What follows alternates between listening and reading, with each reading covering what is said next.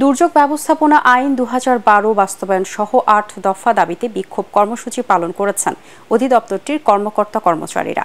মহাখালী অফিসে কর্মবিরতি শেষে মহাপরিচালকের রুমে অবস্থান নেন আন্দোলনকারীরা।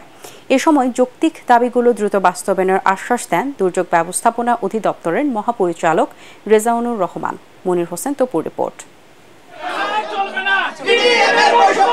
এক যুগের বেশি সময় পার হলেও দুর্যোগ ব্যবস্থাপনা আইন অনুযায়ী প্রস্তাবিত জনবল কাঠামো ও নিয়োগ বিধিমালা অনুমোদন হয়নি।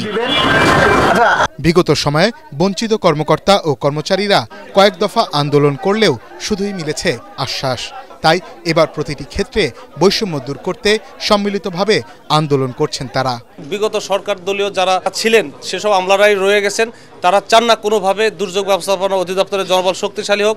তারা চান না, তারা জানেন দুর্যোগ ব্যবস্থাপনা অধিদপ্তরের জনবল শক্তিশালী হওয়া মানে গ্রামীণ অর্থনীতি শক্তিশালী হওয়া। উপজেলা প্রকল্প বাস্তবায়ন কর্মকর্তা এবং জেলা ত্রাণ ও পুনর্বাসন কর্মকর্তা পদের আপগ্রেডেশন করার দাবি জানান তারা। সচিবালয়ের ন্যায় এই অধিদপ্তরের কর্মচারীরা চান সম্মান। এখানে কর্মরত অনেকেই আছেন ২ যুগের বেশি সময় পার হয়েছে, তাও মেলেনি পদোন্নতি। একই সরকারের একই যাত্রার লোক হয়ে আমার কোনো সহকর্মী সিনিয়র সহকারী সচিব হবে, আমি মিনিস্ট্রির বাইরে, আমি সচিবালয়ের বাইরে দেখে আমি আজকে সে জায়গা থেকে বঞ্চিত হয়েছি। আমাদের একটা আমলাতান্ত্রিক জটিলতা, আমরা বহুবার এটা নিয়ে কথা বলেছি এবং আমরা আন্দোলন করেছি। আন্দোলন ফলস্বরূপ তারা আমাদের সবসময় আশ্বস্ত করেছে যেটা আমার পক্ষে করা সম্ভব আমি আজকেই এটা করব। যেটা মন্ত্রণালয়ের মন্ত্রী উপদেষ্টা আসছে, সচিব স্যার আসছে, আমি তাদের কাছে নিয়ে যাব।